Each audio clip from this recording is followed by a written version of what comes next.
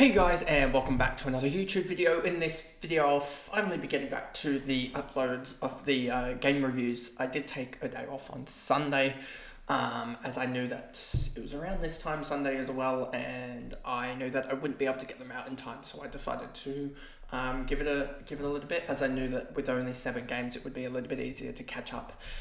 And I was trying to also work out in my head how to structure it next week, given that we start to lose the Thursday games, and that gives me an extra day to do the recordings, I guess. So that means that, I guess, a lot more of the midweek stuff gets stretched out a little bit, and then the weekends it does have. Friday will have my teams rather than the first game review. So anyway, that was just in my head. About what's going to happen for the channel for the next couple of weeks. And before we jump into this video, remember to like and subscribe and turn the notification bell on so you actually know when I upload, which should be 12 PM most days. But anyway, jumping into this game, it will be a quicker one just because this game was absolutely Adelaide were shocking. Simple as that. Adelaide's midfield is so slow and contested ball winning, Kane Gorn said this exact same thing, and it is ringing true so heavily.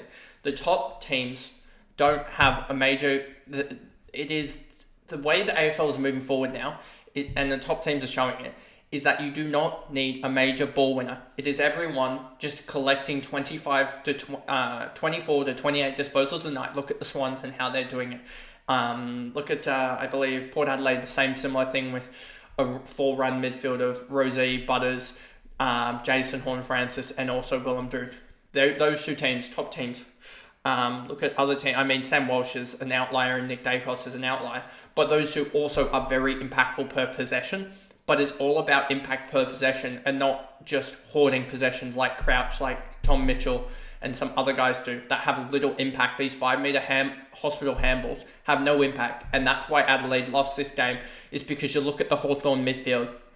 Day, Newcomb, McDonald wasn't in there, Nash, McKenzie, and Warple. They were all in there. They all had like 15 to 20 odd possessions. They didn't have too many today.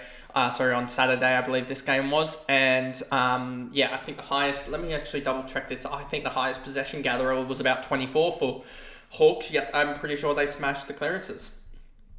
Let's just double check this. Let's go Hawks. And highest possession gatherer was more than Newcomb on 26. Day on 23. And then the next midfielder was Nash and Warple on 17, and then McKenzie on 15. Yeah, if we look at the advanced stats and then go to the meters gained, you will see Newcomb 457, Day 421, Warple 282, Nash 277, McKenzie 247. Whereas if we look at Adelaide, their meters gained from their midfield, Rory Laird did nothing. He was on about 180 before he moved to half-back and then ended up 380. Then you have Saligo 337, Dawson 334, and also Matt Crouch 276. They're down about 400 meters gained for about 20 more disposals from their midfield, or 30 more disposals from their midfield guys, Adelaide, and they're down 400 meters. That just shows they're not moving the ball forward. And I think that was the main indicator of what was actually going on in this game. And even you can say, oh yeah, Adelaide's half-backs, they moved the ball in Keane, Hinge, etc. Well, Amon had 400 metres gained and Sicily had 528, so that pretty much cancels out those half-backs. So Adelaide still moved the ball so much slower than Hawthorn and so much less efficiently, and that's why Hawthorn cut through them and their dynamic midfield won out. So I just think that Adelaide need to change it out, and this is the perfect time now with Crouch out injured with an AC joint. As well as a 5-day break, and Jordan Dawson potentially out injured as well. You run a midfield of Saligo, Dowling probably has to come in. I wouldn't even be surprised if another guy comes in, as well as you're probably going to have to keep Berry and Laird in that midfield now if that is the case. But you start to try these more dynamic players in there. They even tried McElhaney at the end of the game, and it looked pretty bad because he hadn't trained there, but at least it was a different dynamic. But yeah, that's just what is absolutely happening with Adelaide, and that's why their season is basically cooked. And Nick's job is basically in the can because they win I want to actually check the clearances, because if they lost the clearances as well, for them being they lost the clearances 39-29. They're supposed to be a clearance side, and they're even losing that. So I just think it absolutely shows that Adelaide's midfield is just so inefficient. And it shows with their clearance to sort of, I think, inside 50 rate. 41 inside 50s to 63. I'm pretty sure that just shows that they're not getting it into the forward line. They're just not getting it in there. So yeah, anyway, on to the actual game. Dylan Moore, 132. He was outstanding. Glad to have him in the side, but he's not going to return this every game, kicking 5 goals. But yeah, he just feasted on them. Really efficient as well. Ginnivan, 104. He was really decent as well, but he's going to put up a 60 next game, so don't worry. Sicily, 97. He was pretty good in the second half with a 64. I'm waiting for him to hit tip-top form. They probably still need... I think they still have another defender or 2 out, but I haven't checked that in a couple of weeks, so I need to double check that.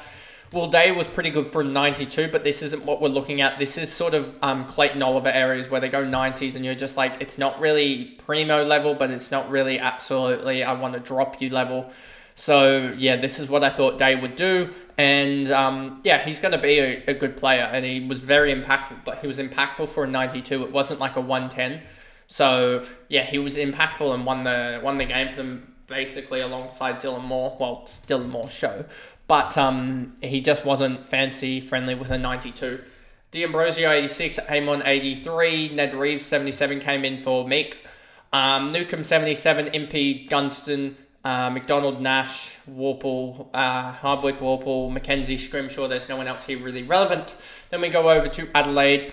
Matt Crouch, 133. Like, he puts up the stats, but it's like, okay, and did you actually impact the game and won the game? No. You had like 35 disposals for 300 meters gained or something like that. Let's check his meters gained. Matt Crouch, 276 meters gained off 35 disposals. That is an average. 276 divided by 35 is an average of 7.88 meters per disposal. The league average for meters per disposal is around 13 or 14. So he is just not getting the ball and moving it forward. And some will say it's his job to get the clearance and push it out to the side to other runners. Well, they lost the clearances, so that isn't clearly working anyway. So his impact on the game is just null and void. And I put a tweet out saying basically, I would much rather take out Heaney and Warner's goals. I would much rather their impact on 50 touches than Laird and Crouch if they had 70 or even 80 touches. That's how basically not impactful. I lost my train of thought there. Not impactful that Laird and Crouch actually are compared to other guys in the league, and that's why they are not going to make finals, Adelaide. Hinge 114, Shoal 110, Laird 99. He moved to half back and actually started just getting the ball quite a lot, but I mean, didn't matter. The game was dead by then. O'Brien 89, Saligo 81, and Saligo, similar to what I think thought about with Will Day, sort of almost like a predecessor. Yeah, just same thing. It's going to be not impactful that you're going to want to trade him out, but not impactful that you're going to want to be like, yes, I'm going to jump on him because he's just going to average 80 to 90, somewhere in that range, I reckon. He might get a better role now that Crouch is out, as well as probably Dawson, but yeah, it's not looking good for Saligo. Borlas 80, Murphy, Jones 79, Murphy 73. Burgess, I thought in the last quarter kicked, I think 3 goals in the last or something. 2 goals in the last, 2 goals, 1. But he was actually impactful in the last, but the game was dead by then. Smith, Keane, McElhaney, Dawson as well, just didn't get started. And yeah, so that didn't work for me with Supercoach. Keys, Nankervis, Berry, Fogarty, Butts, Rochelle, Cook. Rochelle's been so poor this year as well. He's just been absolutely doing nothing. Schoenberg and Walker. So that basically is the video. They're trying to get it over and done with quickly because there was nothing to basically go to and look at, as well as trying to get this out for you at the 12 o'clock one for some consistency's sake. But anyway, that is the video, and I'll see you guys in the next one. Bye, guys.